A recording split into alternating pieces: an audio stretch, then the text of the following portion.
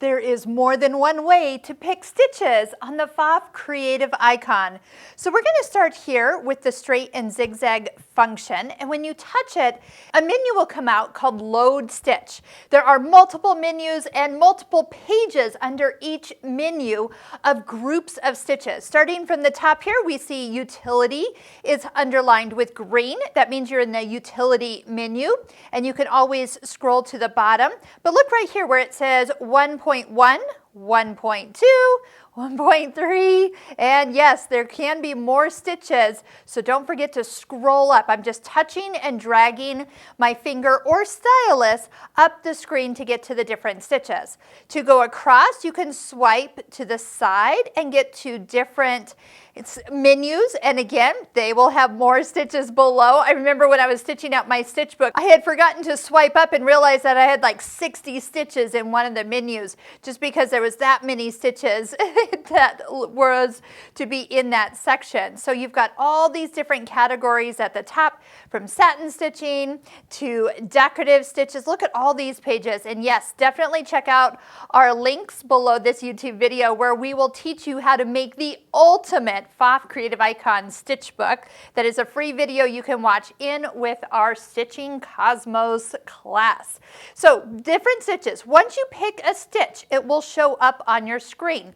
Now, depending on how you have this little box opened up, so you can actually touch in the corner here and slide it so there's less of it and you can see the whole picture. You just don't see as many of those stitches at once, but you can touch them, and as they're touched, they turn green and then appear on your screen. You can also move that over here and then just maybe peek at the bottom part as you pick a stitch and what it's going to look like when it's all hooked together. So there's all of the stitches within this area, but there's one other area where you can pick stitches. So we're going to touch up here where the menu button is in the top right corner. And so we're in the selection menu. Looks similar for selecting stitches. That's where those little categories at the top, you've got our quilting stitches, and then down here it'll say stippling stitches or crazy patch stitches. And then when you touch it, what's going to happen is going to give you a definition of what it is, give you an idea of what and where you might use it, and then when you touch load stitch, it will load it into your sewing area. So you can always come back here, pick those stitches up, let me touch a little harder, and then you can find your stitches. So lots of different information. Let me show you one reason I would use this area instead of just the first one I showed you. Let's go to Techniques.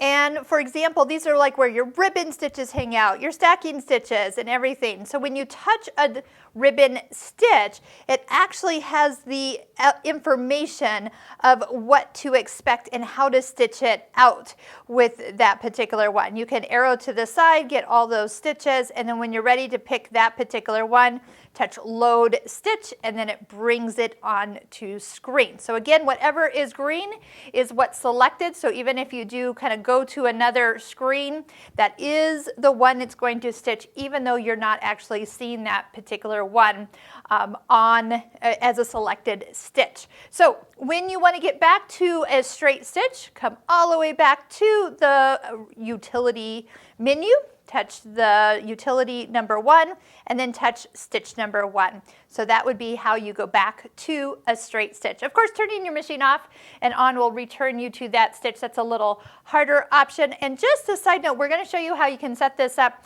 There is a place right here for being able to go to your favorite stitch.